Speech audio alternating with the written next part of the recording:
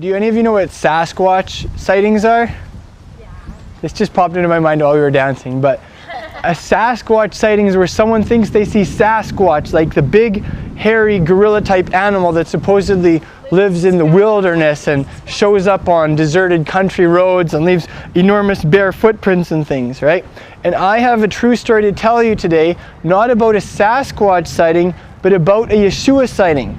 You know how he was executed as a common criminal on a cross by the Roman state, and he had predicted before he was executed that he was going to be executed and that he was going to make a comeback, that God was going to raise him from the dead.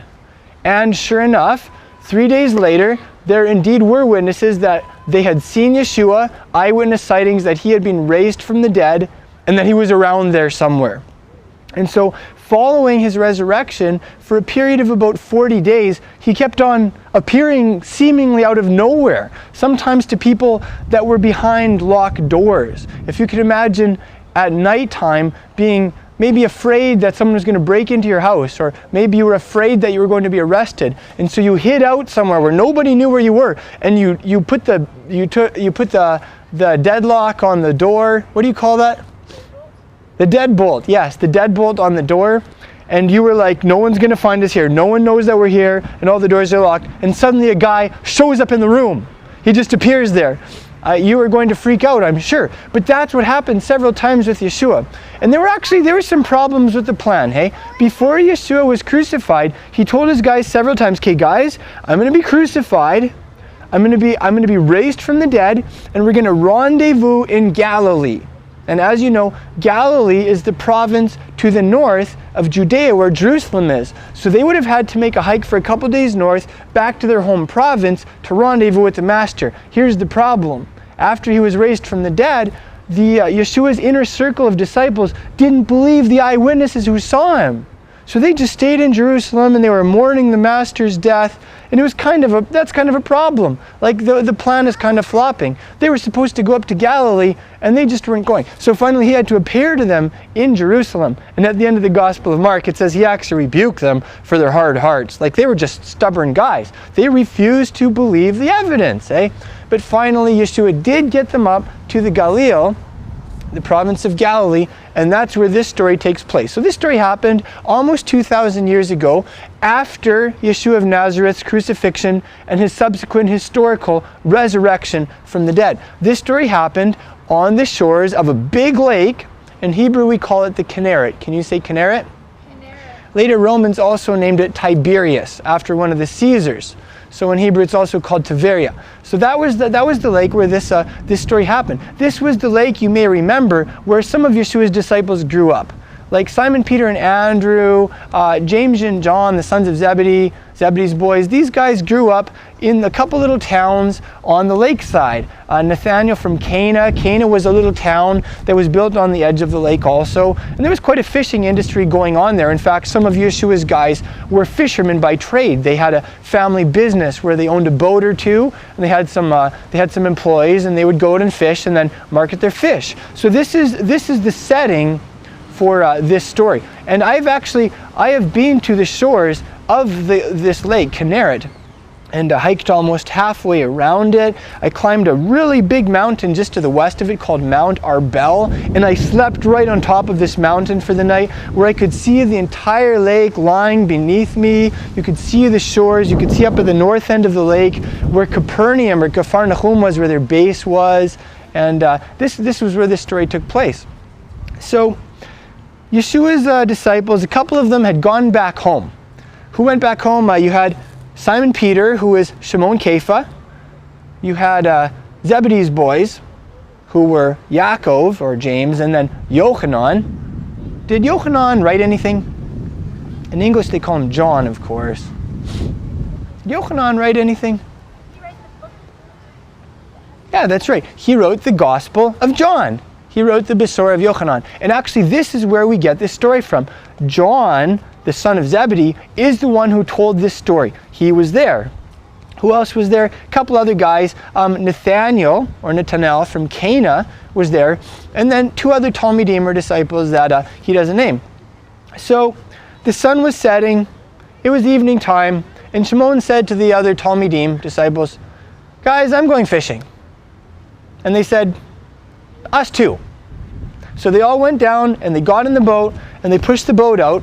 And just like they had done for years before as buddies, before they even met Yeshua of Nazareth, they put the nets down in the lake and they went fishing for the whole night long. They probably had a little lantern hanging on the boat. And guess what? That night they had zero luck. Not that they believed in luck, I'm sure. But they just didn't catch anything all night long. So finally the sun had made its revolution, shall we say, or you could say the earth made its revolution, however you prefer to look at it. But the sun had gone from setting in the west till it was starting to get bright in the east, and the sun was going to come up. And they hadn't caught anything, so they said, okay, it's about time we went home and went to bed. We just pulled an all-nighter fishing, and we didn't catch a thing. So they were starting to head back to the shore, when lo and behold, there's a man standing on the seashore, shouting to them. And they were about 100 yards away at this point from the shore. And he said, my sons. In Hebrew he said, Benai, do you have anything to eat? That's kind of a funny question for a guy standing on the shore early in the morning to ask, hey, but that's what he asked. And they said, no.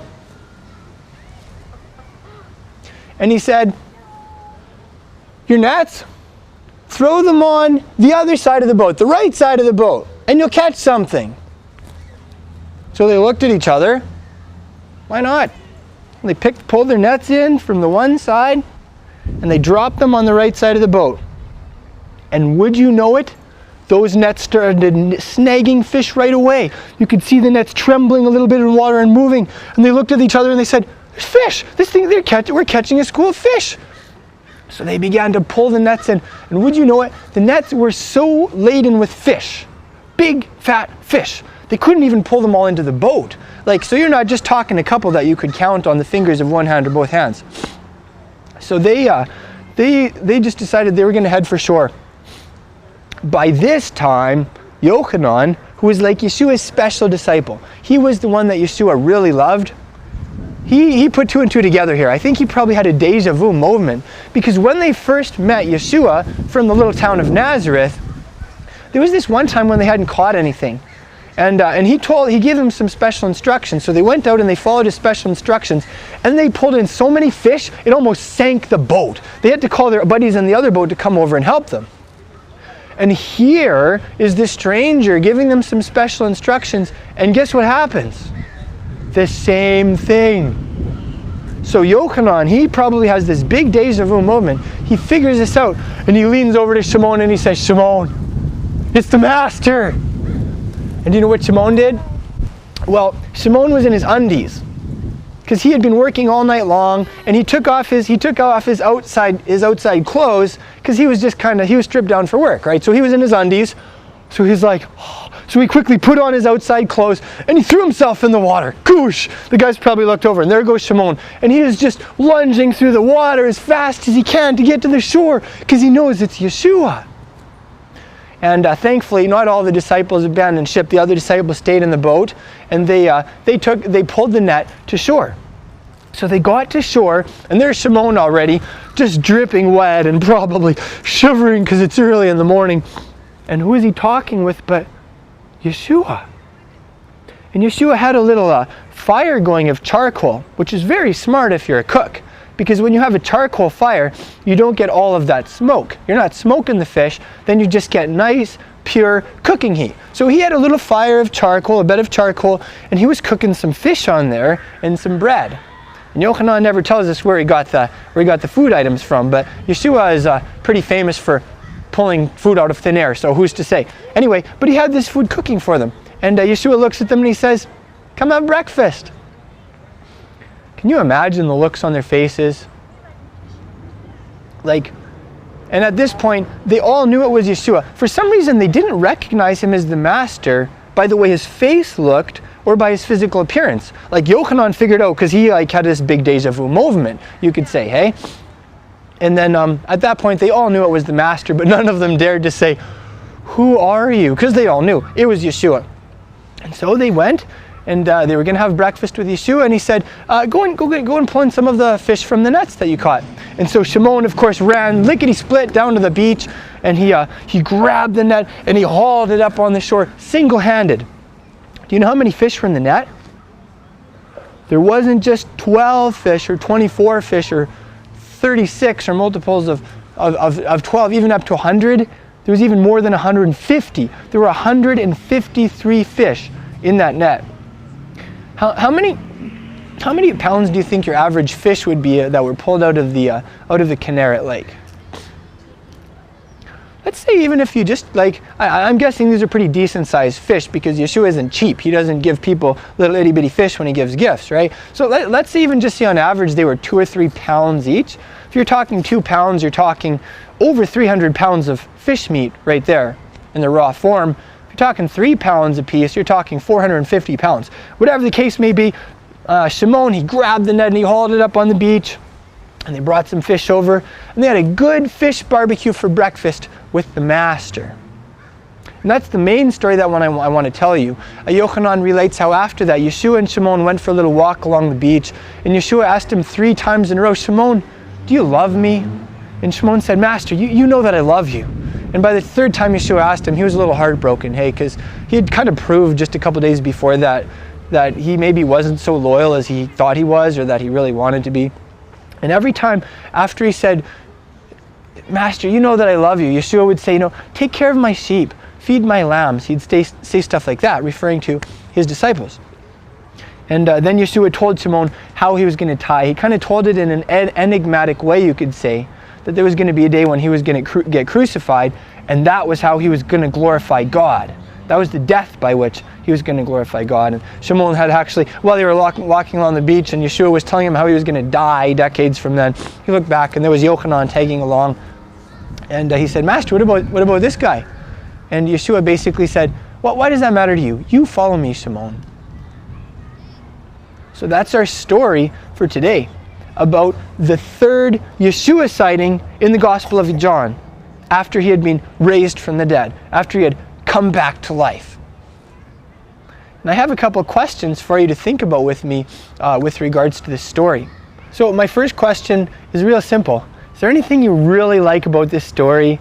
Like as I'm telling you this story and as you're just imagining it in your minds. I don't know about you, but when I'm telling a story, I'm totally there. Like I totally get sucked into the story. I'm imagining being right there in the boat and watching Shimon throw himself into the water and looking at that little bed of charcoal and smelling the fish.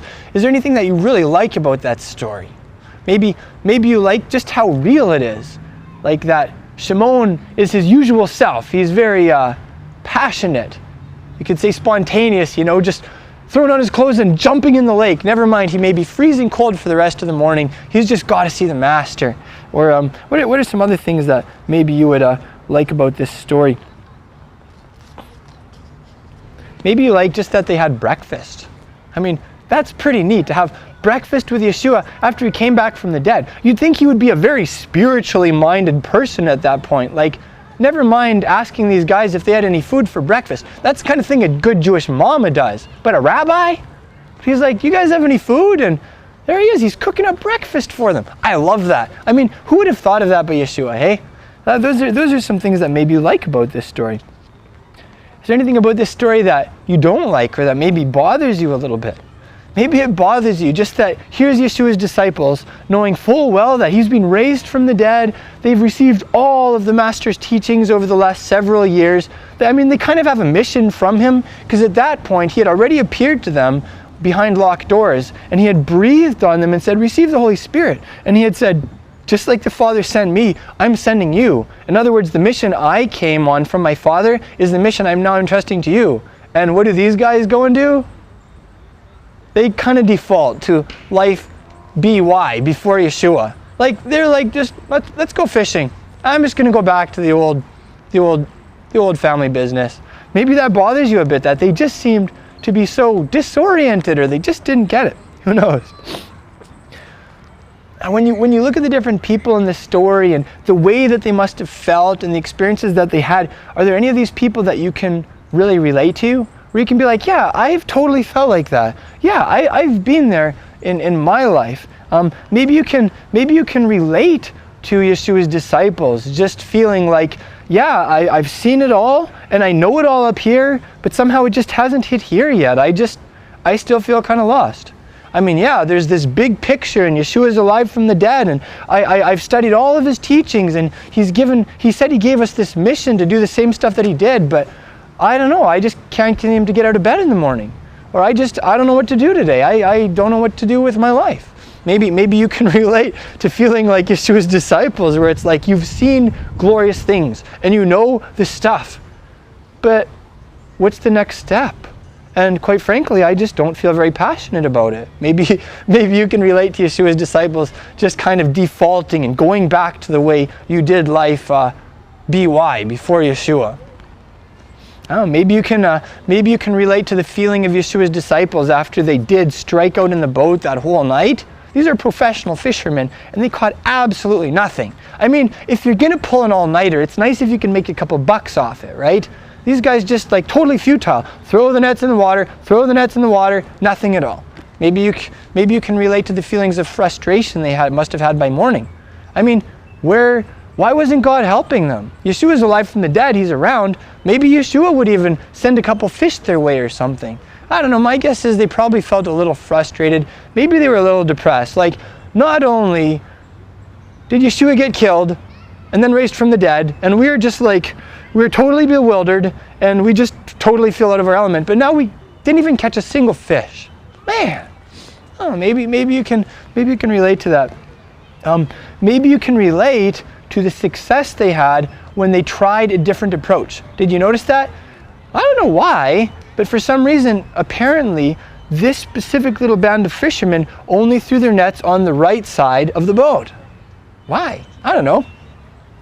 But when they threw their nets on the left side, they suddenly had different results. I don't know, have any of you experienced that in your life? Maybe in communicating with someone, maybe in business practices, maybe in how you've taken care of your health, maybe in your sleeping schedule. I don't know, there are lots and lots and lots of examples, but have you ever had something where something just wasn't working for you, and then you tried a totally fresh approach, you experimented with a new way, and you found, I got fantastic results from that. Maybe you can relate to that little element in this story, that thread. Maybe you can relate to one of two groups of people in this story. On the one side, you have Shimon. He is your classic passionate person, sometimes to the point where maybe he's overwhelmed with the spur of the moment motivation. If you are that kind of person, you'll say that you're spontaneous. If you're not that kind of person, you'll say that person is impulsive. All right, so I would call myself, I'm kind of like that, so I would probably call myself spontaneous, whereas maybe other people would call me impulsive, all right? But that's Shimon. Maybe you can relate to Shimon doing things like that. Maybe not even measuring the consequences all the time. If I jump in the water, I'm going to be freezing cold for half the day, and that's going to be miserable. Boosh, he's in the water. Or maybe you can relate to the other Talmidim who stayed in the boat. They probably would call themselves the responsible ones. They looked at this Shimon and they're like, he just jumped in the water. He's heading for the shore. I mean, yeah, it's Yeshua, but Yeshua just gave us a big catch of fish. Like Yeshua gave us these fish. And we can't just all jump in the water. What if we all did what Shimon is doing? What if we all jumped in the water and swam for the shore? The boat would float away, all the fish would escape, and what a waste that would be. I mean, somebody around here has to think practically. Maybe they were a little frustrated with the impulsive one. Huh?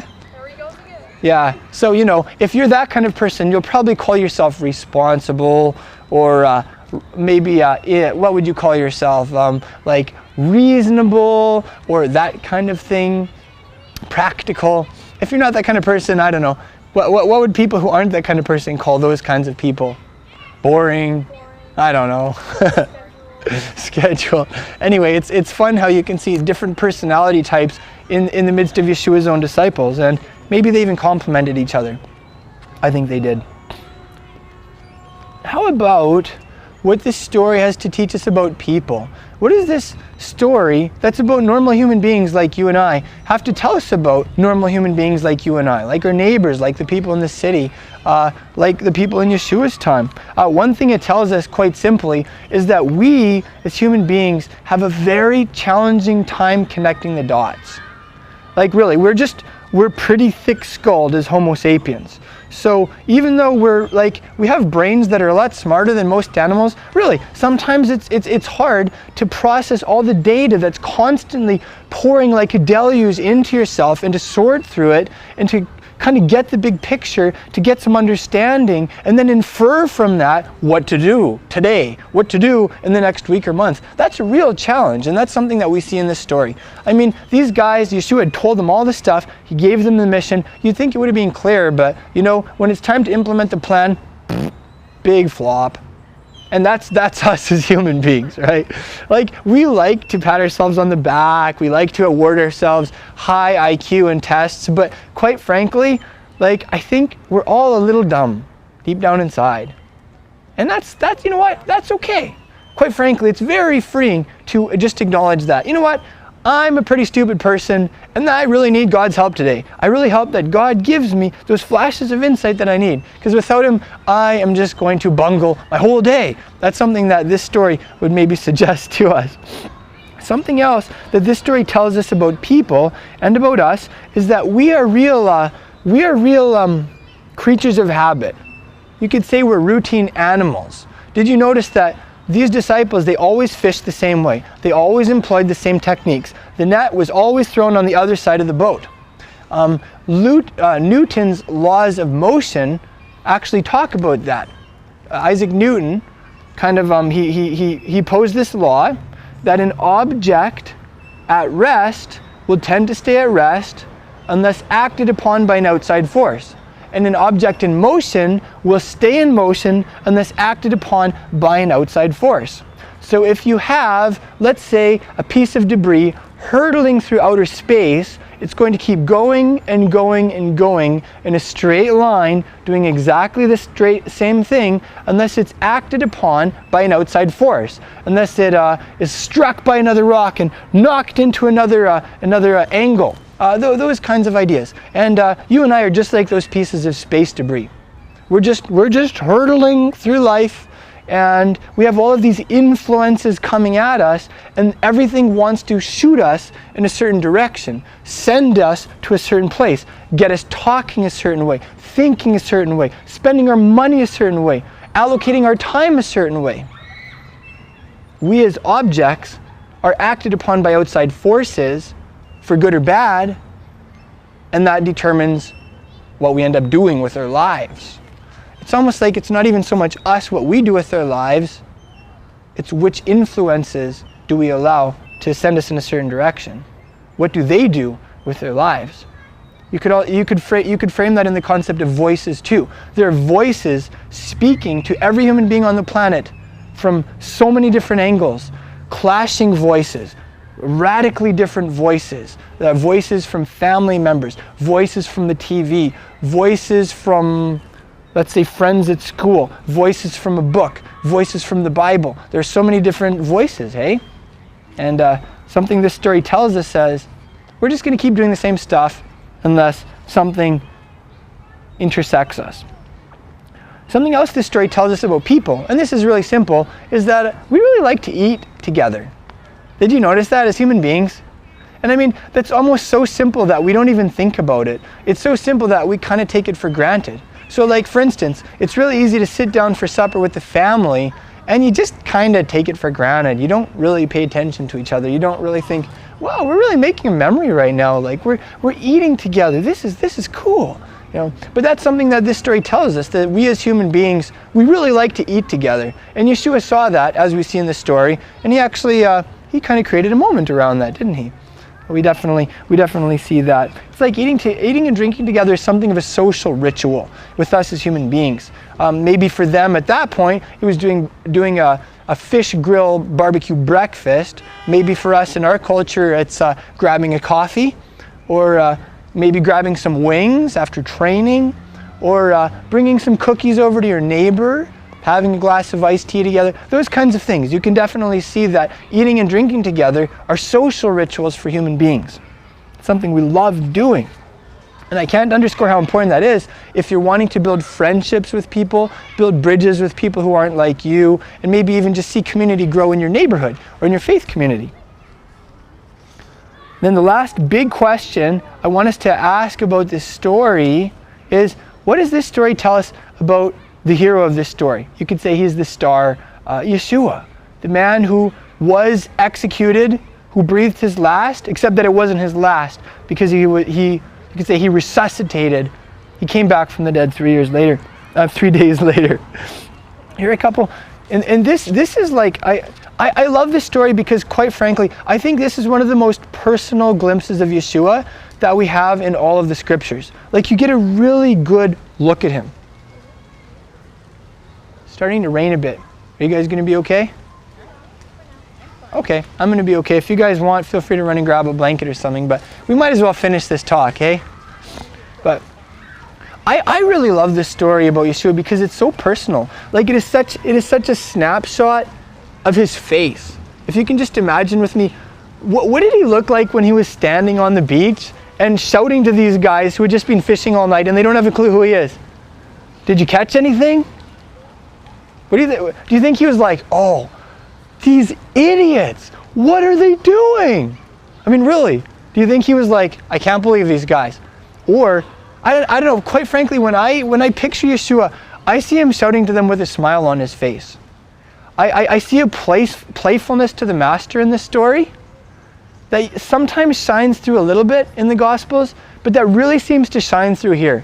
I mean, why? Why did he call to them when they were still fishing? Why did he make sure that they caught a big load of fish? Seems like that was probably their final fishing experience in their whole lives before they went on to go catch people for the master, hey? I mean, why didn't he just kind of have a little huddle time with them and say, okay guys, here's the deal, here are the instructions, let's go going with these things. Why did he take the time to make breakfast? Really, I mean, you don't have to cook breakfast. You can just have your meeting. You can just get through the agenda. You can deliver the information that has to be delivered and then disappear because, I mean, hey, you have a universe to administer here. Hey?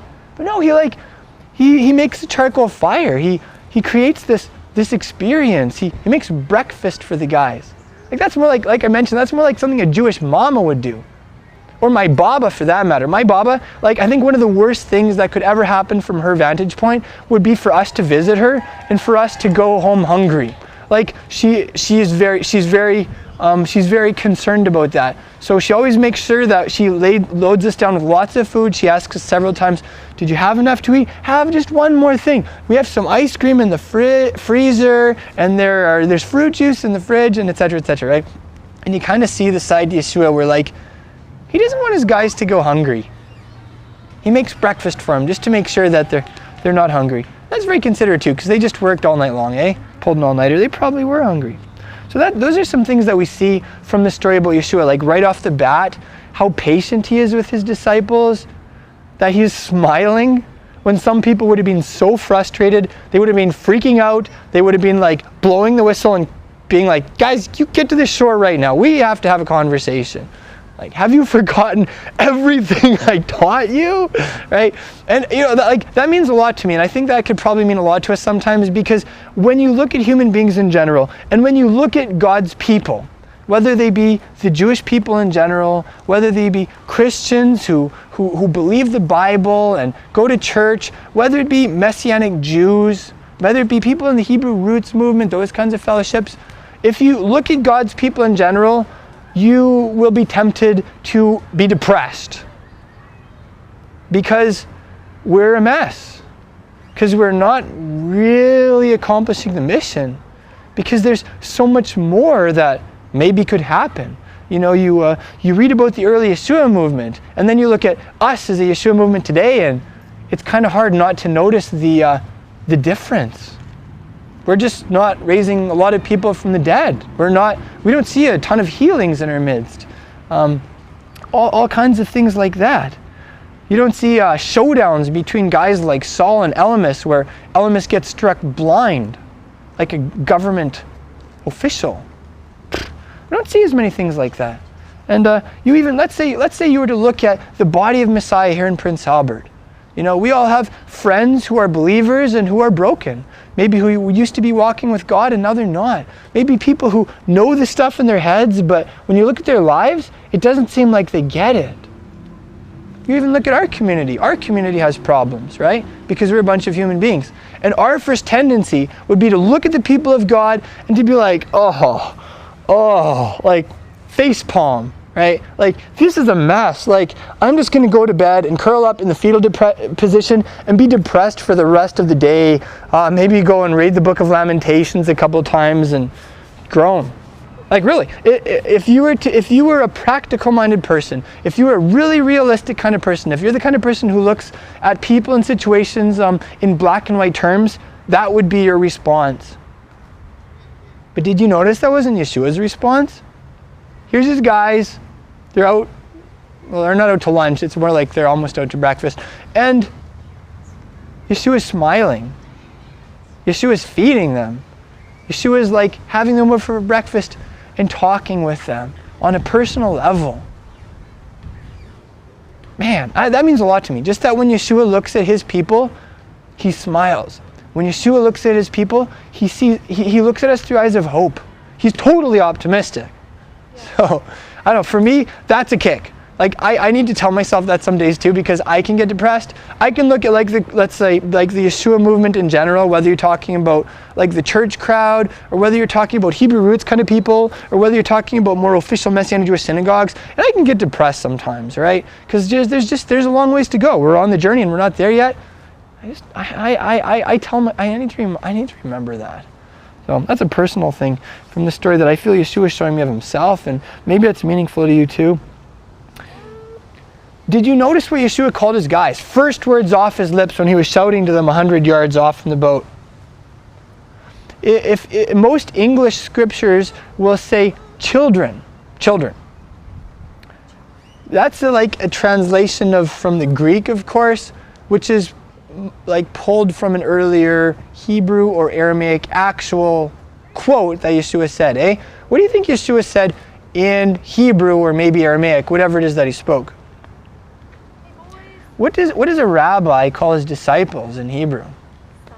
That's right. In Hebrew, a rabbi calls his Talmidim his sons. My ben, my son. The Hebrew is Benai. Everybody say Benai. Benai. Yeah. So in Hebrew, Yeshua is probably saying, Benai, my sons. And that is very meaningful. That Yeshua invites every human being on the planet, the people in our city, to enter into a relationship with him where he says, you're my son. In a way that you have never felt like a true son, you are my true son. You're my daughter. In a way that you always longed to be your father's daughter, you are my daughter. For a generation like my generation that is growing up with ever-increasing numbers of single-parent homes, that's very attractive. That's good news. That Yeshua is alive from the dead, that he's available to every one of us if we want to go there with him, and that we can look at Yeshua and say, you're my real dad. You are my true father. And that's not to eclipse the fatherhood of God. Of course, we call God our Father. Yeshua taught us to call God our Father in heaven.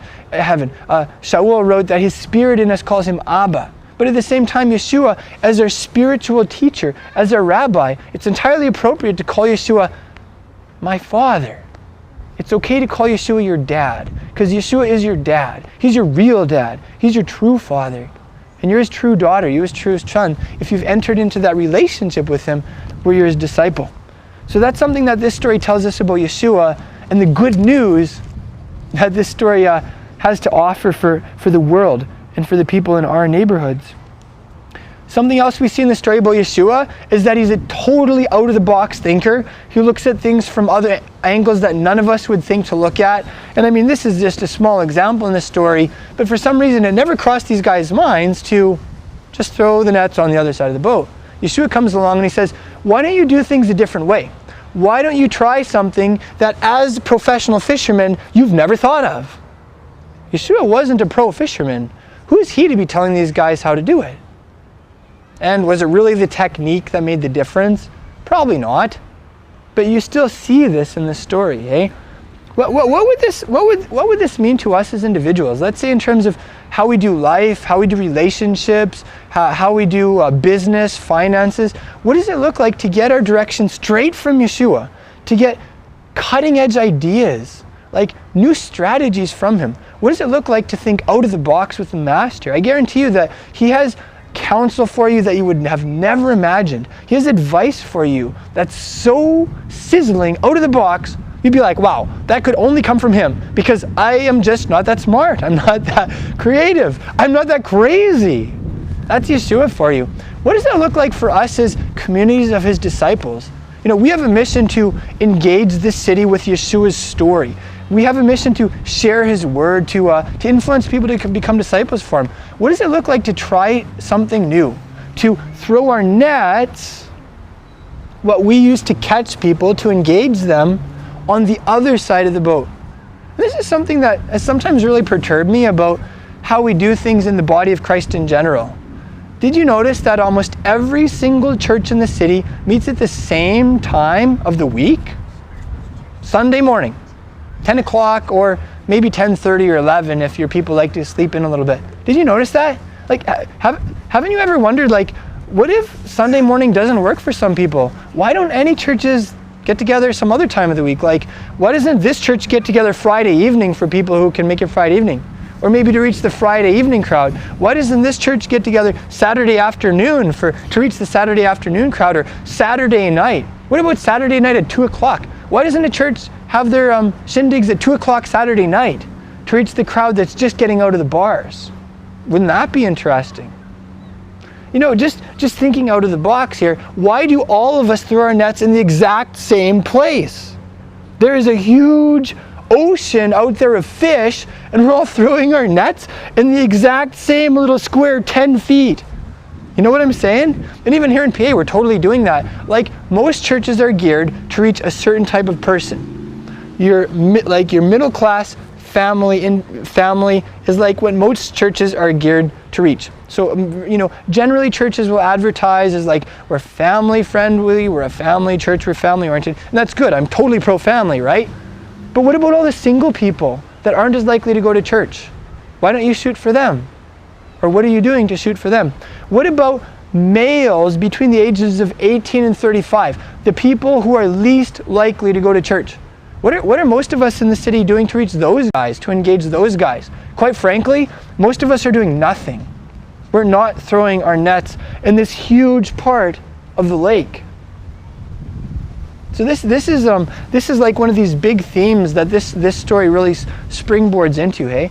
And that's why we, as a community, are doing things totally different, and why we have been for the last couple of months, because Yeshua has spoken to me very clearly that we're to start gathering in homes on Friday nights. That he is inviting us, our King is inviting us to get together with him here in the park on Saturday afternoons. Great. Let's try it. Let's throw our nets over there. Let's throw our nets over there. It isn't even so much about where you throw your nets. It's about what is Yeshua saying to do. So we're doing what he's called us to do.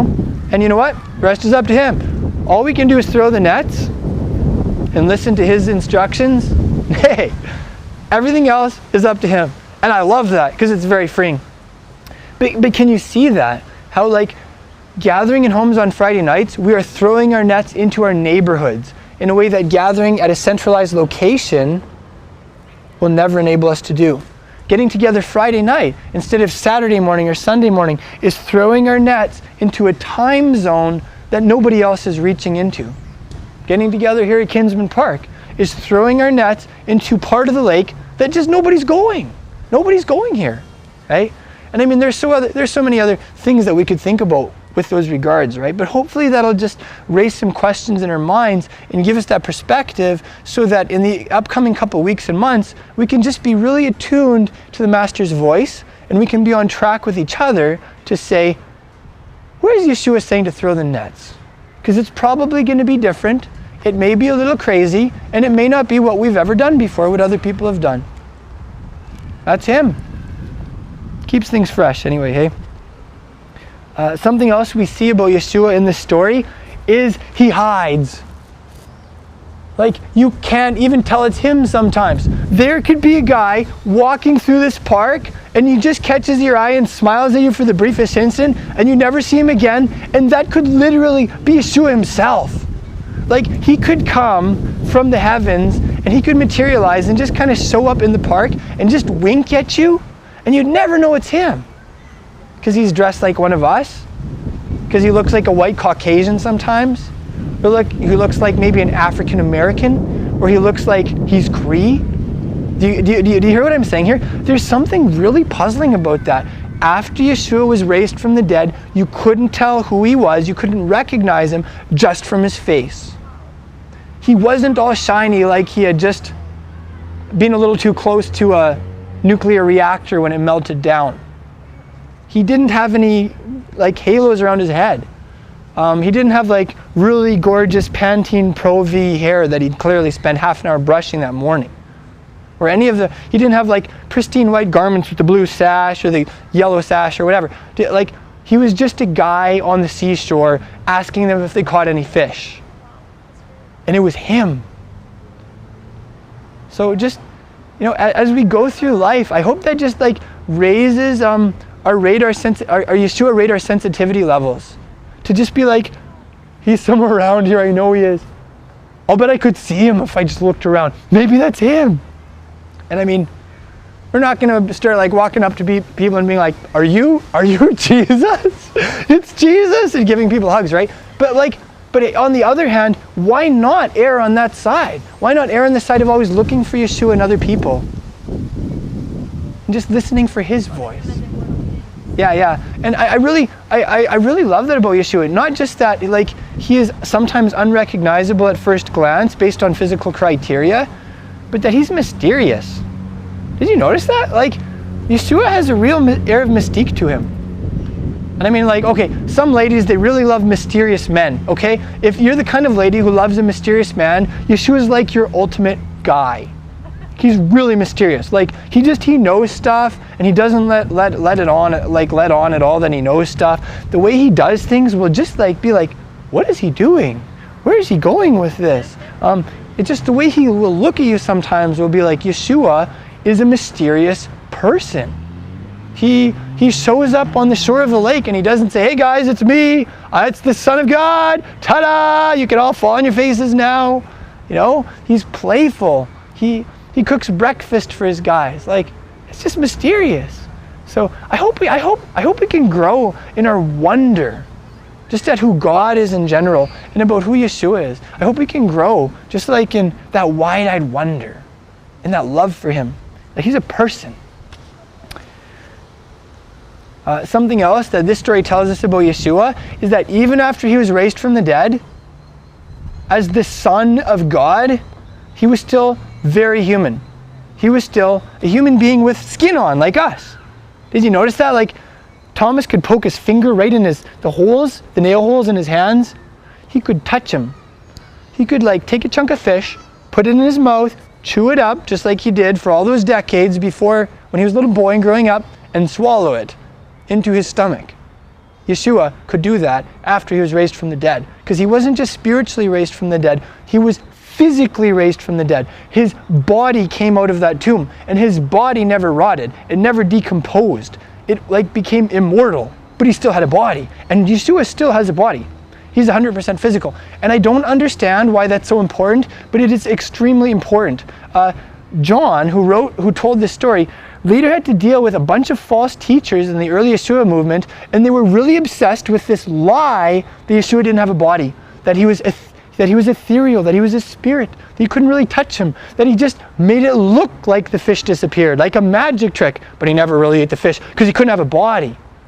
Those guys were often called Gnostics. They basically taught that this world is cruddy. It's just disgusting. It's gross. Physical matter is evil. And your body is disgusting. It's gross. It's evil. And basically, you just want to try and get out of your body as much as you can. Just ignore the physical dimensions as much as possible. And eventually, one day we'll die and we'll get out of here. And we can be spiritual like we want to be. And then everything will be okay. Those are the Gnostics for you, okay? Those are the kinds of things that they taught. And what this story tells us is your body is good. The physical universe that God made, do you remember at the very beginning, what did he say about it, good or bad? It's so good. Fish is really good. Barbecued fish, so tasty. Toast? Oh, toast is good. That's one of the very spiritual things that we get from this story. Fish is tasty and toast is good. Oh, really? Because sometimes we can get in this spiritual mindset where we kind of quit reveling in life every day. We quit savoring the toast that we have in the morning. And Yeshua wants to savor that toast, every bite. I like toast, so I could say that, right? I can just about taste it right now. But like really, like people who just love life, who savor the moment. Because I don't know if you've noticed that, but we live in a world of people that are like consumers, and they're constantly consuming more, taking more in. I need to eat one more hamburger. I need to have one more cup of coffee. It's only been my 8th today. And they're constantly gobbling and taking in and consuming and trying to satisfy something in themselves. But you're still hungry, you're still thirsty, you're still not satisfied. And when we encounter Yeshua, he fills our hearts with his love. And he gives us real life. And we experience this inner shalom, where we can actually stop and we can enjoy a piece of toast more than most people would enjoy, like the most expensive caviar you could pay for. That kind of concept, eh? So that whole question of like, do wealthy people enjoy life more because they have more expensive food or because it's arranged a little bit more pretty? No. The good news is it's Yeshua that makes the difference. So we totally see that in this story, that Yeshua is very human. He ate food, and he likes that we eat food. And he liked eating with his disciples. You think about this. Did Yeshua do anything he really didn't want to do after he was raised from the dead? I don't think so. I think he did what he wanted to do after he was raised from the dead, because his will and his Father's will were just like that, eh? Just like that. So why did Yeshua cook a breakfast for his Talmidim? Well, because he didn't want them to be hungry. He cared about them. He's a pretty thoughtful guy. Maybe a couple of them were hypoglycemic, and he was like, man, if I have this conversation with Shimon, he's just not going to get it. He's not going to be in a very good mood, right? I don't know. Maybe that was it. But maybe he just liked having breakfast with his disciples. Maybe that's why we like to eat together when we get together, eh? Did you notice that? Every Friday night when we get together as a community, we do potluck. We like to eat together. Maybe we get that from Yeshua. Maybe Yeshua likes to eat with you. That's something we see in this story. And then the last thing we see in this story, this is going to be true for some people more than other people. Like, what do you like? Some people, they really like to make memories. I think maybe moms are especially good at that, or maybe it was just my mom, I don't know. But my mom was really good at making memories. You know, so when it was a birthday for me or my brothers growing up, like she made the coolest cakes ever. She would make these big train cakes or whatever kind of cake we wanted. We'd have like a ton of our friends over. Maybe we'd go to my grandparents' farm or something, and we'd make a memory. It wasn't like a birthday was just a little event where it was like, yeah, I don't know, just one more day, you know, I was born, it's a good thing that happened. It's a day where, I don't know, you kind of feel special. And that's just a little example from my boyhood years. But what are you like? Some people are more like that. They're the kind of people where, like, if you're going to have a special conversation with a loved one, you would never just have it sitting in your vehicle or sitting at the mall. It would be like if you're going to have a special conversation, you want to kind of you want to make a memory of it. You want to create a special context. And you'll be like, you know what, let's go and watch the sunrise and take a thermos of tea. And then we'll have our special conversation in this context where we'll always remember the conversation, just to kind of make it really special, to perfect it, you could say. And some people are like that. I don't know, Genevieve, I'm probably kind of like that, hey? Like when we're recording, you know, if we were going to go on a date, I'd always like want to kind of make it really special and make it in a memorable location and do stuff that would stick in our minds, making memories. And did you notice about Yeshua, who is dating us, who has proposed already and betrothed us to himself through his shed blood, who's coming back for us for the wedding? He does that. That's the kind of person he is. I mean, really, I don't know. He could have just like showed up, I don't know, maybe just at home when they're all sitting in the living room or something. But instead he makes an event of it. He tells a story. He's like, let's make a real story out of this. And so, you know, when they're out there in the water, he makes sure they get a big load of fish. He has them over for breakfast. He goes for a walk with Shimon after on the beach, where he tells him how he's going to die a couple decades later. It's like if you're going to tell one of your closest friends how they're going to die, how they're going to have a brutal death where they probably are screaming in agony until they go hoarse. That's really meaningful that Yeshua was like, he created a memory of that. There was a special time to have that special conversation with the special disciple. And that's how Yeshua relates to you. That's how Yeshua relates to me. So sometimes it's so easy for us to kind of get locked into our routines. We just kind of start doing life the way we do life, eh? And we just kind of get like kind of caught up in stuff.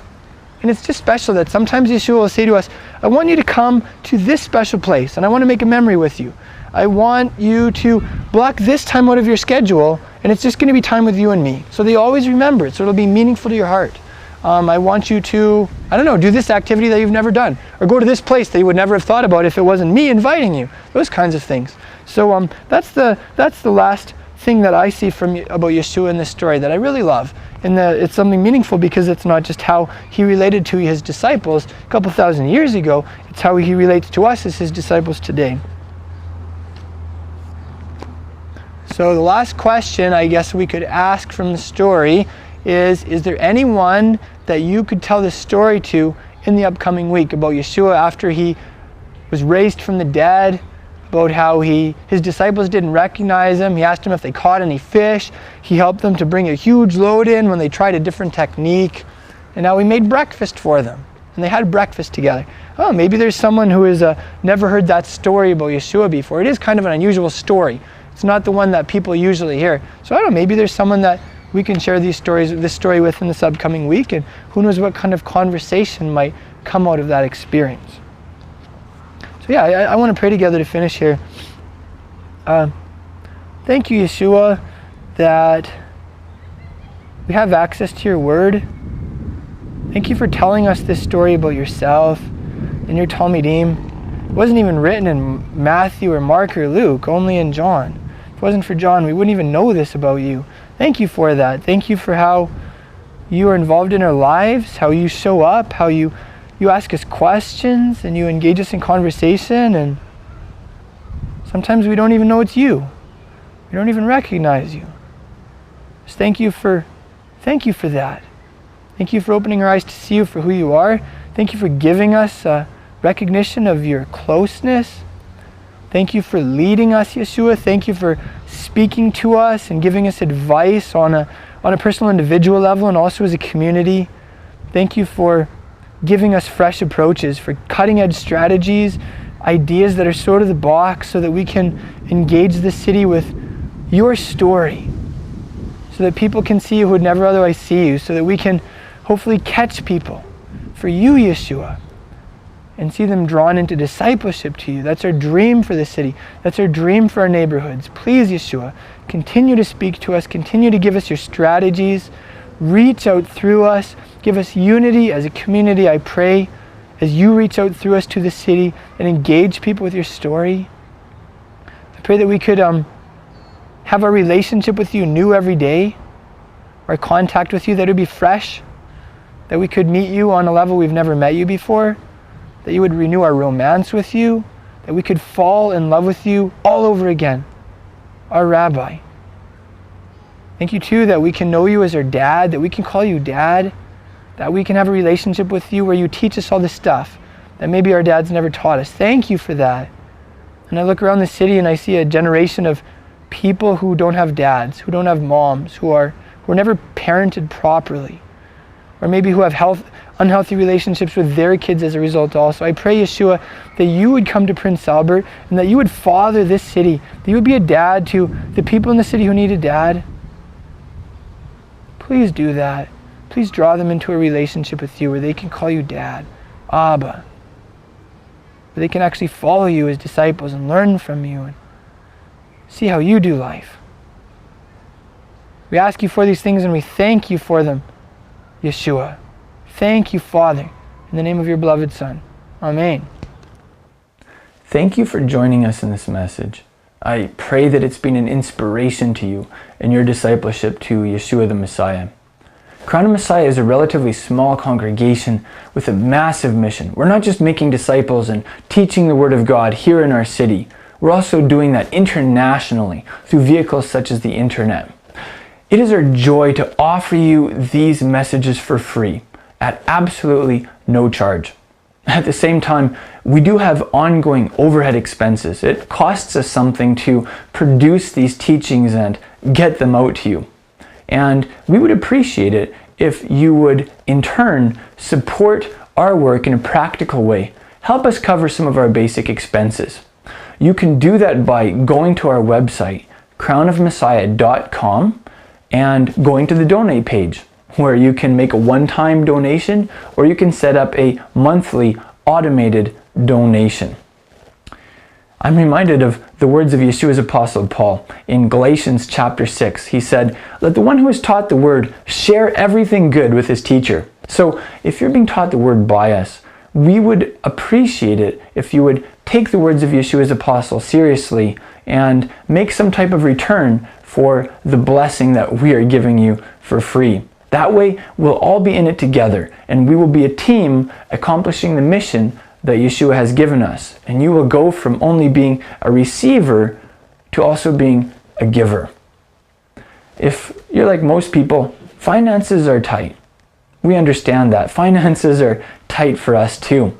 That's why we need people like you to come alongside us and to back us in the work that Yeshua has called us to do.